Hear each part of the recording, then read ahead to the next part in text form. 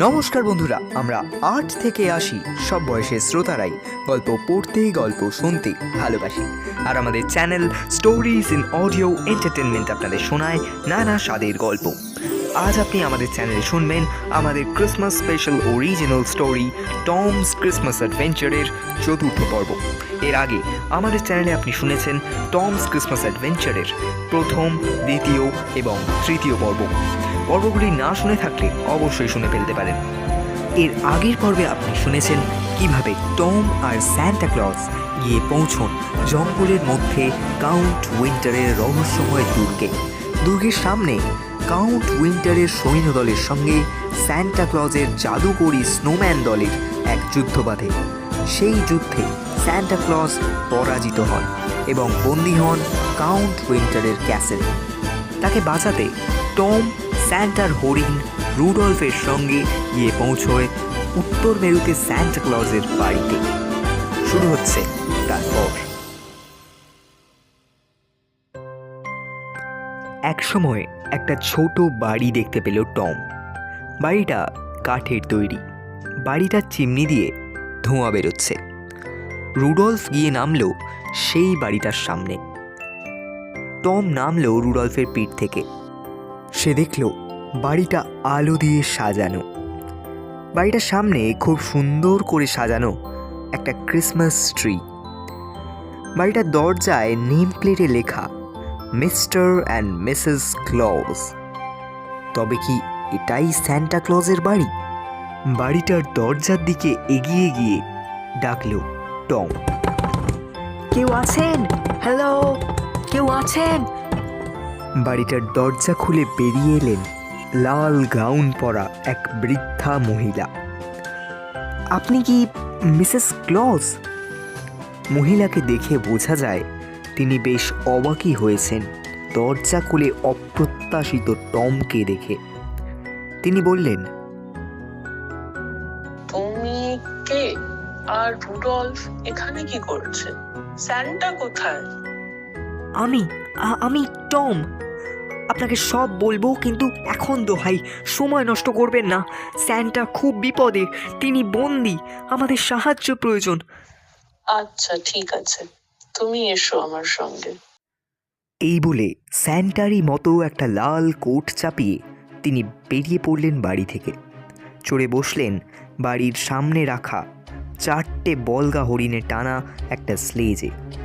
তুমিও এসো Tom. Tom বসার পর মিসেস ক্লজ টান দিলেন দড়িতে। ছুটতে শুরু করলো হরিণগুলো। রুডলফকেও এই হরিণের দলেই লাগিয়ে দেওয়া হয়েছে। তবে এই স্লেজটা উড়ল না, বরফের মধ্যে দিয়ে এগিয়ে চলল।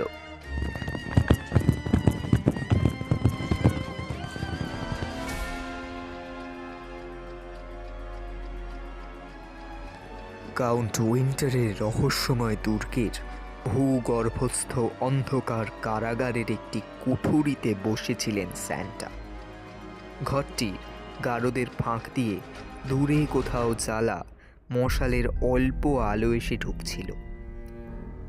কিন্তু সেই আলোতে ঘরের অন্ধকার কিছুমাত্র দূর হচ্ছে না। একজন প্রহরী এসে মাঝে মাঝে পায়চারি করে যাচ্ছেন। স্যান্টা ভাবছিলেন কি করে তিনি মুক্ত হবেন এখান থেকে। এমন সময় দূরে উপর থেকে নিচে নেমে আসা সিঁড়িতে পায়ের শব্দ শোনা গেল। স্যান্টা গারদের কাছে এগিয়ে গিয়ে দেখতে পেলেন সিঁড়ির দিক থেকে একটা ছায়া দেখা যাচ্ছে। সেটা ধীরে ধীরে নেমে আসছে। ধীরে ধীরে সিঁড়ি দিয়ে নেমে গারদের সামনে এসে দাঁড়ালেন কাউন্ট উইন্টার। এবার স্যান্টা প্রশ্ন করলেন, কিন্তু কেন? আপনারা এমন কেন করছেন আমার সাথে? সারা পৃথিবীতে নিষ্পাপ ছোট ছোট ছেলে মেয়েরা আমার জন্য অপেক্ষা করে আছে। আপনি আমাকে বন্দি করে তাদের কষ্ট দিতে চান কেন?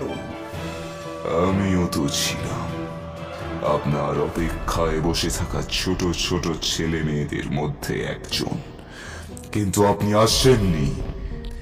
সে অবশ্য অনেক বছর আগেকার কথা। সেই ছোটবেলা থেকে আমি অপেক্ষা করে আছি এই দিনটার, যেদিন আমি না ডাকলেও তোমাকে আসতে হবে আমার দুর্গে।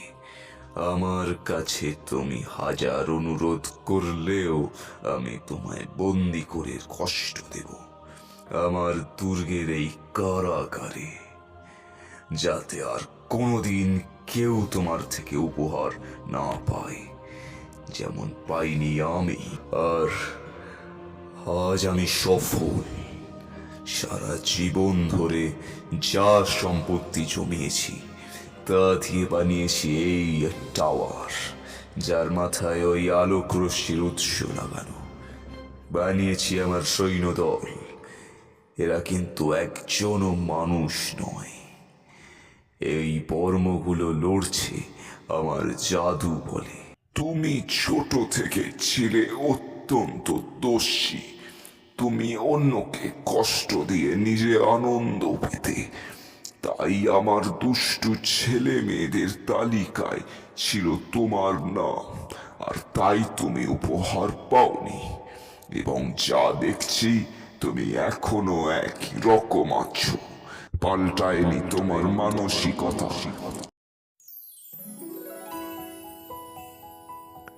কিছুক্ষণ পর টমেরা এসে পৌঁছলো বরফ দিয়ে বানানো কাঁচের জানলা লাগানো বিরাট এক রাজপ্রাসাদের মতো বাড়ির সামনে। বাড়িটার নাম বড় বড় হরফে লেখা স্যান্টাস ওয়ার্কশপ। তবে কি এটাই স্যান্টা ক্লজের খেলনা তৈরির কারখানা? বাড়িটায় ঢুকে তো টম অবাক। ঢুকে প্রথমেই বড় একটা হল ঘর। ঘরটার একদিকে অনেকগুলো টেবিল আর তাক, সেখানে রাখা নানা ধরনের খেলনা বানানোর সরঞ্জাম। তবে আজ কেউ কোনো কাজ করছে না। এলফরা হল ঘরটার ঠিক মাঝখানে, যেখানটা খুব সুন্দর একটা ক্রিসমাস ট্রি আর একটা হলুদ ঝাড়বাতি দিয়ে সাজানো, সেখানে অনেকগুলো এলফ একসাথে নাচছে আর গান করছে। তারা প্রত্যেকে মেতে আছে আনন্দ উৎসবে। টম সবচেয়ে অবাক হলো এলফদের দেখে। তারা প্রত্যেকে বামন, বড় বড় কান, সবুজ জামা, লাল প্যান্ট আর লাল টুপি পরা এলফরা আনন্দে মত্ত।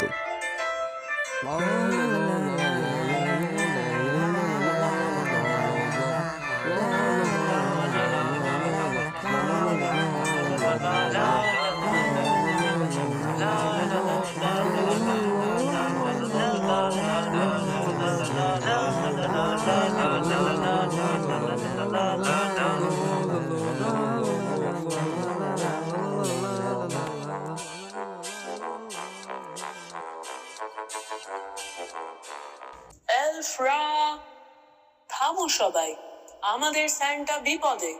চলো, তাকে বাঁচাতে হবে। তোমরা তৈরি হও। মিসেস ক্লজ বলে উঠলেন। আর এই এক কথাতেই কাজ হলো। যেখানে যত এলফ ছিল সকলে বেরিয়ে এলো। প্রায় কয়েক লক্ষ এলফ হবে। মিসেস ক্লজের নির্দেশে তারা চটপট আরও 20-25টা স্লেজে লাগালো আরও অনেকগুলো বলগা হরিণ। একজন এলফ বলে উঠল, চলো ভাই সব, আমাদের সান্টা বিপদে, আমাদের সান্টাকে বাঁচাতে হবে। এই বলে আকাশপথে রওনা দিল 20-25টা স্লেজ। প্রতিটা স্লেজে 4 জন করে এলফ বসে। সবার প্রথমে যে স্লেজটা চলেছে সেটাতে টম ছাড়াও আরও 3 জন এলফ। সেই স্লেজটার হরিণগুলোর একটা রুডলফ। প্রতিটা স্লেজে নেওয়া হয়েছে আরও অনেকগুলো গিফটের বস্তা। এলফরা সাথে করে নিয়েছে তাদের তীর ধনুকও। তারা প্রত্যেকে প্রস্তুত যুদ্ধের জন্য, কারণ স্যান্টা ক্লজকে যে বাঁচাতেই হবে। এতক্ষণ আপনি আমাদের চ্যানেলে শুনছিলেন আমাদের Christmas special original story Tom's Christmas অ্যাডভেঞ্চারের 4র্থ পর্ব। এই এলফরা কি পারবে কাউন্ট উইন্টারের দুর্গ থেকে স্যান্টাকে বাঁচিয়ে ফিরতে? এরা কি পারবে ওই নাইটসদের সঙ্গে যুদ্ধ করে লড়ে জিততে? জানতে হলে শুনতে হবে আমাদের গল্প টমস ক্রিসমাস অ্যাডভেঞ্চারের পঞ্চম তথা অন্তিম পর্ব। অন্তিম পর্ব আসছে আগামীকাল মানে 25শে ডিসেম্বর, ক্রিসমাসের দিনে। শুনতে ভুলবেন না কিন্তু। আমাদের গল্পটির লেখক, গল্পের পরিচালক, গল্পের কথক এবং গল্পের টমের চরিত্রে আমি সমাদৃত গাঙ্গুলি। গল্পে স্যান্টা ক্লজ এবং কাউন্ট উইন্টারের চরিত্রে স্নেহাদৃত গাঙ্গুলি। গল্পে মিসেস ক্লজের চরিত্রে অমৃতা ভট্টাচার্য। গল্পে এলফদের চরিত্রে সৌম্যদীপ চক্রবর্তী। আমাদের আজকের পর্বটি এখানেই সমাপ্ত। দেখা হচ্ছে পরের পর্বে।